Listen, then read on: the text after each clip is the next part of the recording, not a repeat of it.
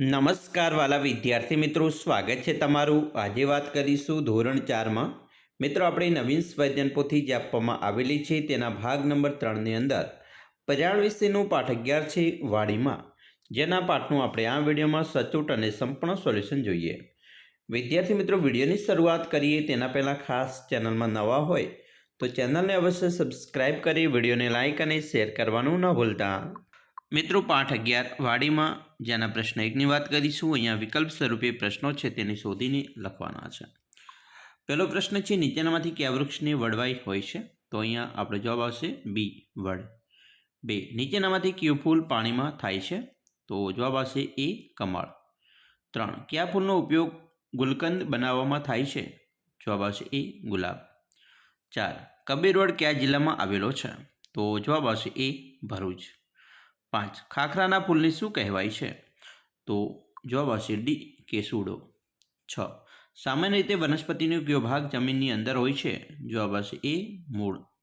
7, નીચેનામાંથી કઈ શાકભાજીના મૂળનો ઉપયોગ ખોરાક તરીકે થાય છે? જવાબ આવશે સી, ગાજર। 8, પતંગિયો છોડના કયા ભાગ તરફ આકર્ષાય છે? જવાબ આવશે સી, ફૂલ। 9, નીચેનામાંથી કયા વૃક્ષના મૂળ જમીનની અંદર અને બહાર જોવા મળે છે? જવાબ આવશે મિત્રો વડ। પ્રશ્ન 2ની વાત કરીશું। જોડકા જોડવાના છે, જેની અંદર 1, છોડ ઉપર ખીલતું ફૂલ, તો જવાબ આવશે મોગરો। ઝાડ ઉપર ખીલતું ફૂલ, જવાબ આવશે કેસુડો। પાણીમાં ખીલતું ફૂલ, જવાબ આવશે કમળ। વેલ ઉપર ખીલતું ફૂલ, મધુમાલતી। અને જમીનની બહાર દેખાતું મૂળ, જવાબ આવશે વડવાઈ। એના પછી પ્રશ્ન 3, ખરા ખોટા વિધાનો, જેમાં 1, ફૂલમાંથી અત્તર બનાવવામાં આવે છે, સાચું વિધાન। ખેડૂતો દ્વારા ફૂલો અને શાકભાજીની ખેતી કરવામાં આવી છે, સાચું વિધાન। બધા ફૂલોનો રંગ સરખો હોય છે, ખોટું વિધાન। વડના મૂળ જમીનની અંદર હોતા નથી, ખોટું વિધાન। ફૂલોને તેમની સુગંધ પરથી ઓળખી શકાય છે, સાચું વિધાન। 6, લીમડાના ફૂલનો રસ કાઢીને પીવામાં આવે છે, સાચું વિધાન। કળીમાં રહેલી પાંખડીઓ બેડાયેલી હોતી નથી, ખોટું વિધાન। કેસુડાનો ઉપયોગ રંગ બનાવવા માટે થાય છે, સાચું વિધાન।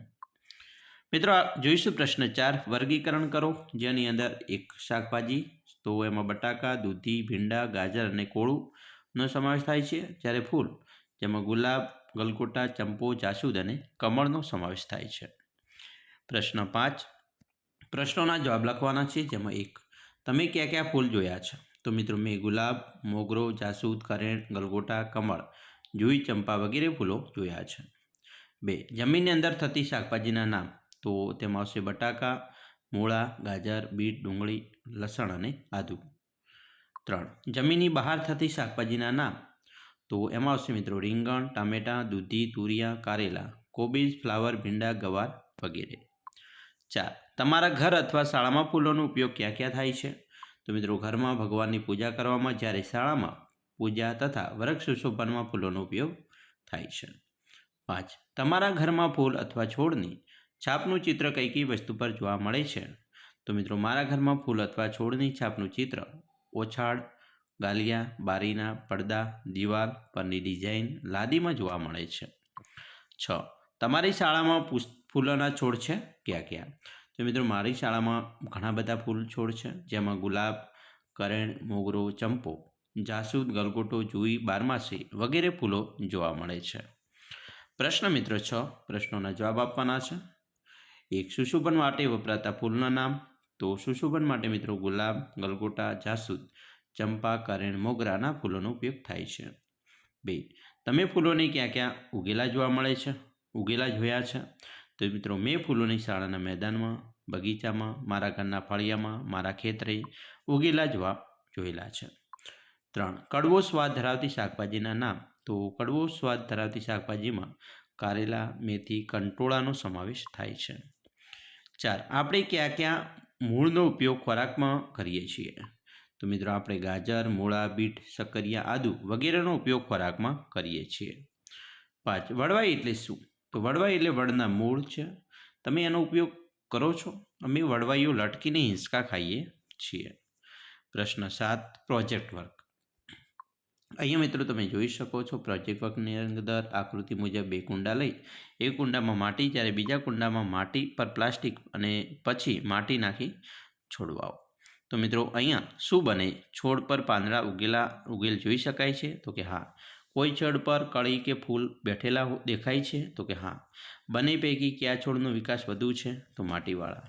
કયા છોડના કુંડામાં પાણીનું શોષણ વધુ જોવા મળ્યું? માટીવાળા. પ્રશ્ન 8 પ્રશ્નોના જવાબ આપવાના છે, જેમાં 1 બગીચામાં ફૂલો ન તોડવા એવું શા માટે લખેલું હોય છે? તો મિત્રો ફૂલો બગીચાની શોભા છે. જો આપણે ફૂલો તોડી લઈએ તો બગીચો ઉજ્જળ લાગે છે. આથી લોકો ફૂલોને ન તોડે એટલા માટે ફૂલો ન તોડવા એવું લખેલું હોય છે. બીજું, વૃક્ષો આપણાને કઈ રીતે ઉપયોગી છે? તો વૃક્ષો મિત્રો આપણાને ઘણી રીતે ઉપયોગી છે. તે આપણને છાંયો આપે છે, ફળ ફૂલ આપે છે, વરસાદ લાવવામાં મદદરૂપ થાય છે, વાતાવરણને ઠંડુ રાખે છે, ઓક્સિજન આપે છે. 3 પવન અને ભારે વરસાદમાં ઝાડ શા માટે પડી જતા નથી? તો મિત્રો ઝાડના મૂળ વધારે ઊંડા હોય છે. જમીનમાં વધારે ઊંડા મૂળને લીધે જમીન ઝાડને જકડી રાખે છે. આથી પવન અને ભારે વરસાદમાં ઝાડ પડી જતા નથી. 4 કુંડાના છોડને રોજ પાણી આપવું પડે અને લીમડાના વૃક્ષને રોજ પાણી આપવું પડતું નથી, આવું શા માટે? તો મિત્રો લીમડાનું વૃક્ષ જમીનમાંથી પાણીનું શોષણ કરી લે છે, જ્યારે કુંડાના છોડ જમીનમાંથી પાણીનું શોષણ કરી શકતા નથી. આથી કુંડાના છોડને રોજ પાણી આપવું પડે છે. પ્રશ્ન 9 તમારા મિત્રો, માતા પિતા કે દાદા દાદીને પૂછીને ફૂલ અને શાકભાજી વિશેની ગીતની પંક્તિઓ લખો. તો અહીંયા મિત્રો આપણે કેટલીક લખેલી છે તે તમે લખી શકો છો. એક ઝાડમાંથી ઝુમકડું ઝુમખડે રાતા ફૂલ રે, ભમર રંગ રંગ ડોલરિયો, મારી વાડીમાં રીંગણ વાવી હોજી રે. અને ત્રીજું, મોગરાની ફૂલ સખી, મોગરાના ફૂલ શ્રીજીને વાલા સખી મોગરાના ફૂલ. એના પછી પ્રશ્ન મિત્રો 10 ખેતર અથવા બગીચાની મુલાકાત લો અને મિત્ર સાથે ચર્ચા કરી તેના વિશે લખો. જેમ કે તમે મુલાકાત લીધી સ્થળનું નામ, ખેતર, જોવા મળતા વૃક્ષો તો આંબો, લીમડો, આંબલી, કરંજ, ગુલમહોર, જોવા મળતું ફૂલ, ગુલાબ, મોગરો, ગલગોટો, ચંપો, પાણી આપવાની વ્યવસ્થા, ટપક સિંચાઈ અને ધોરિયા દ્વારા. તમને શું ગમ્યું? તો મને ખેતરના શેઢે ઉગેલા વૃક્ષો ગમ્યા. તો આવી રીતે તમે પણ તમારી કોઈપણ ખેતરની મુલાકાત લઈ અને તમે લખી શકો છો. સંવાદ સ્વરૂપે મિત્રો લખી શકો છો. એવું નથી કે આનું આજ લખું, અલગ પણ તમારું લખાણ મિત્રો હોઈ શકે છે.